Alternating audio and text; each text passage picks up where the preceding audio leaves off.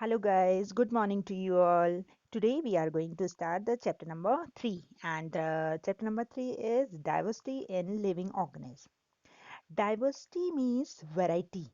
It means we are talking about the variety in the life forms. It means plants as well as animal.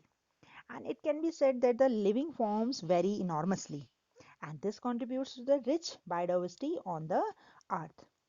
And in order to study the different life forms more precisely, it is necessary to classify them into the different groups on the basis of similarities and differences. The first topic of the chapter is taxonomy. Then taxonomy is the branch of biology which deals with the identification, nomenclature and classification of the organism. Classification of the living organism. It means it may be the plant, it may be the animal. It means taxonomy is suppose we are getting suppose हमें आज एक नया animal मिला है ठीक है first time ये जो है डिस्कवर मीन्स कहीं से मिला है then we have to identify that animal, then we will give a particular name to that animal, and then we have to classify that animal, or we have to put that animal in a particular class or in a with a particular group. Then this all is these all activity deals with the term taxonomy. It is a branch of biology which deals with these activity, right?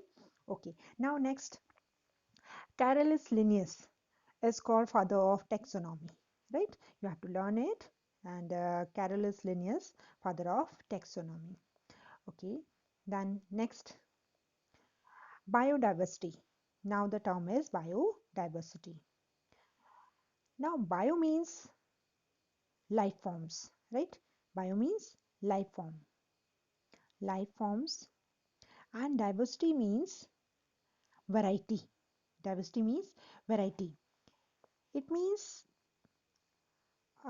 it actually means the diversity of life forms found in a particular region.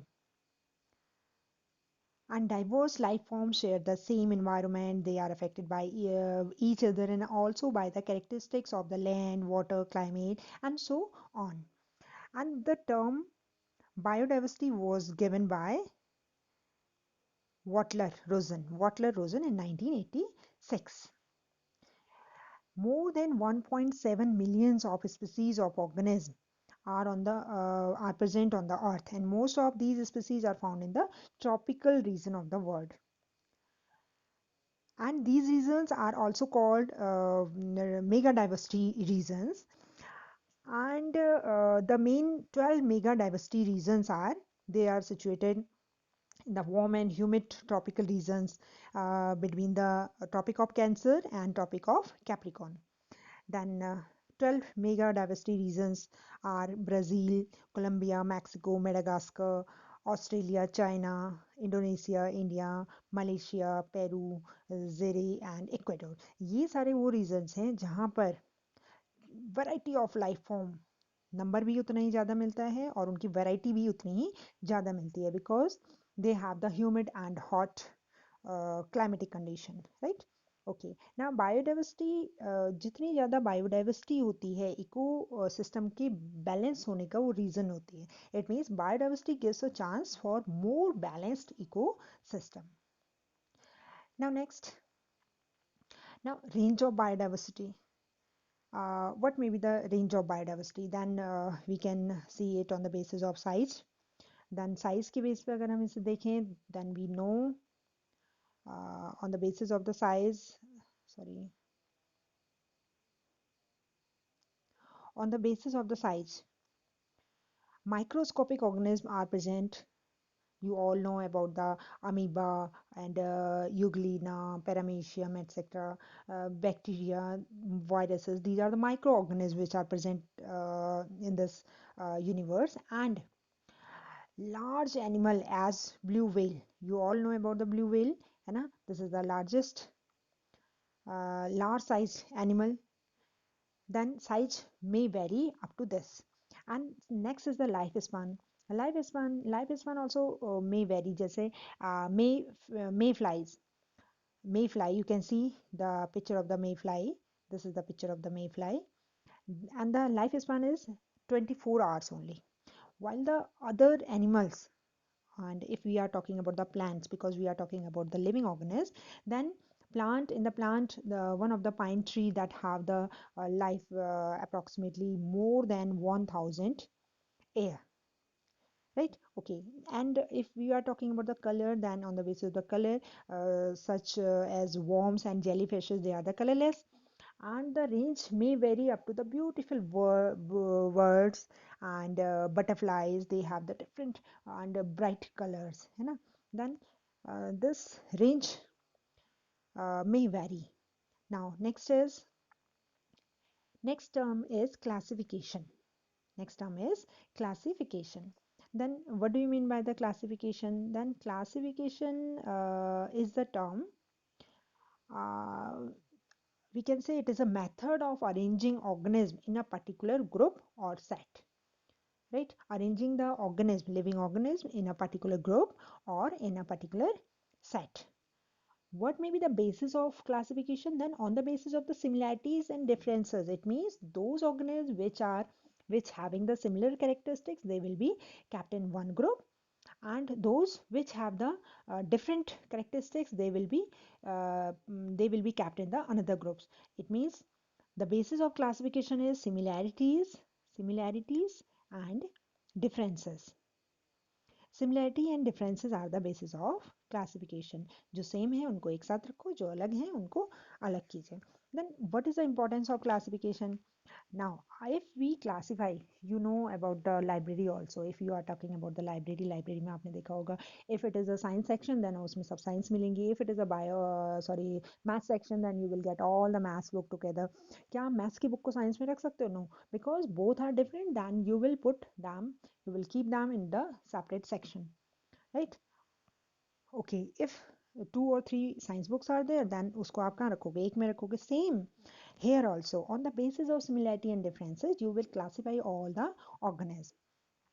Now, what is the importance of classification? If you have classified all the organisms, then then it will be easy to study the wide variety of the organism, right? Because they are together. अगर आप एक को पढ़ते, एक के बारे में study कर लेते हो, तो उस ग्रुप में जितने भी मेंबर होंगे, they will be their characteristics will be similar.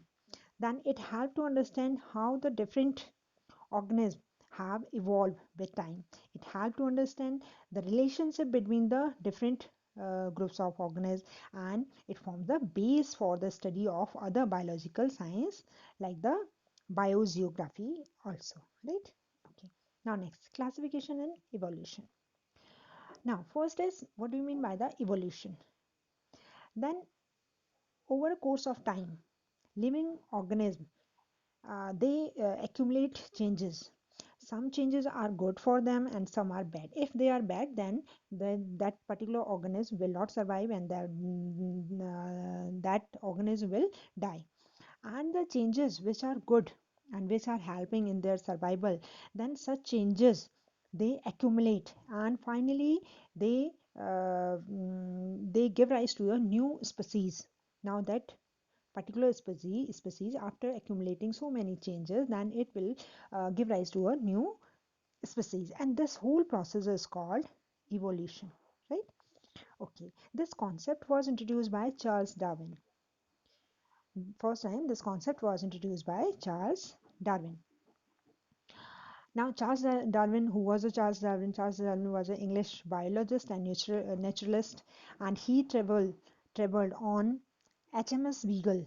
ये उसका अपना शिप था, उस पे जो है उसने island of the south America, and जो भी उसने ऑब्जर्व किया इस बीच में, इस पूरी अपने सफ़र में, then he proposed the theory of evolution. On the basis of his observation, he proposed the theory of evolution. Now see now this is the picture of the Charles Darwin, and this is the ये है उसका ship, है ना, जिसमें उसने अपना voice की थी, कहाँ की? South America, yes. Now, and he wrote a book, and the name of the book is The Origin of Species. What's the name of the book of the Charles Darwin? It was The Origin of Species, right? Okay.